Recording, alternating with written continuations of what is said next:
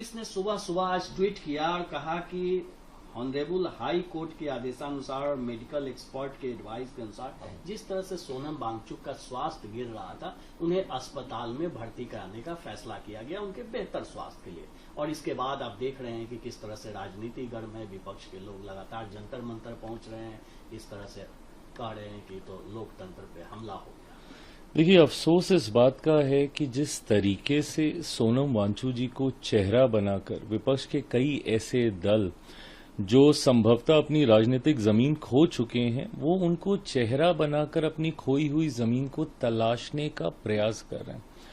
एक व्यक्ति को आपने वहां पे अनशन पे आपने बैठा दिया, जो दिन रात अपनी गिरते स्वास्थ्य को लेकर चिंताएं सब में है। हम सब उनके स्वास्थ्य को लेकर चिंतित हैं, न्यायालय उनके स्वास्थ्य को लेकर चिंतित है। आज अगर एक ऐसी कार्रवाई करनी पड़ी दिल्ली पुलिस के द्वारा, क्योंकि कतई कोई नहीं चाहेगा कि हमारा देश सोनम वांगचुक जी जैसे व्यक्तित्व को ऐसी परिस्थिति, ऐसे हालातों में हम लोग उनको खो दें, ये कोई भी ऐसी कल्पना नहीं कर सकता। बट ये कल्पना संभवतः वो लोग जरूर कर सकते हैं जो कि वहां पर उनको अनशन पर बैठाकर खुद दिन रात 3 वक्त का भोजन कर रहे हैं, नहाने धोने जा रहे हैं, घर जा रहे हैं, आराम कर रहे हैं, सब कर रहे हैं, और वो व्यक्ति अकेला वहां पर बैठा है। मतलब सोचिए, टू एन एक्सटेंट जिनके साथ वो प्रोटेस्ट कर रहे हैं, उन तक से उनको आग्रह करना पड़ा कि प्रभु कम से कम यहां तो आप लोग मत खाइए, मैं अनशन पे बैठा हूं। कोई सांकेतिक ही उनके साथ खड़े लोग एक दिन का ही अनशन कर देते। जितनी पर्सनालिटीज जा रहे हैं, जितने तथाकथित सेलिब्रिटीज जा रहे हैं, क्या कोई 1 घंटा भी उनके साथ सांकेतिक तौर पर अनशन करने की सोच के साथ बैठा? सब सिर्फ फोटो अपॉर्चुनिटीज के लिए गए। हर कोई सिर्फ अपनी राजनीतिक जमीन का विस्तार करने की सोच के साथ, राजनीतिक रोटियां सेकने की सोच के साथ गया। एक व्यक्ति मुझे बता दीजिए जिसने उनके स्वास्थ्य को लेकर चिंता की। आज यकीनन जबरन हम लोगों को दिल्ली पुलिस के माध्यम से न्यायालय की भी चिंता नहीं है, हम नहीं उनको इस हालत में देख सकते।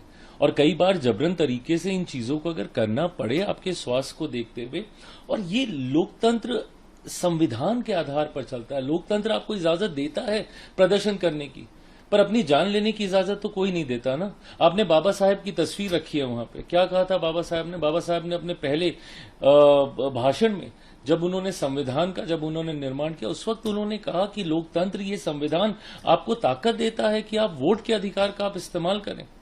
आपके पास आज विकल्प हैं। जब तक देश गुलाम था, समझ में आता था आपको अनशन करना पड़ता था, आपको आंदोलन करना पड़ता था, आपको ऐसे माध्यमों का इस्तेमाल करना पड़ता था। आज की तारीख में जब आपका संविधान आपको वोट का अधिकार देता है, मत चुनिए ना फिर ऐसी सरकार को अगर जिस पे आपको भरोसा नहीं है।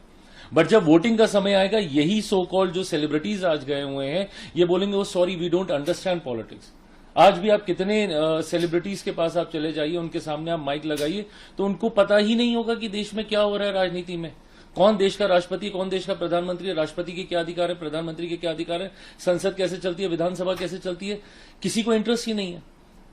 चलिए, अगर नहीं इंटरेस्ट है, बट कम से कम उस दिन तो इंटरेस्ट दिखाइए जिस दिन वोटिंग हो रही है। और ये माध्यम है आपके पास लोकतंत्र को सशक्त करने के। बट इस तरीके, और आप प्रदर्शन भी कीजिए, उसमें भी कोई दिक्कत नहीं, आप कीजिए प्रदर्शन, अपनी बातों को आप रखिए। बट एक व्यक्ति को चेहरा बनाकर, या पता नहीं मैं सही शब्द का इस्तेमाल कर रहा हूं कि नहीं कर रहा हूं, मोहरा बनाकर आपने इस पूरी मुहिम को आप आगे लेकर जाना चाह रहे हैं, ये गलत सोच है। नहीं मंत्री जी, मैं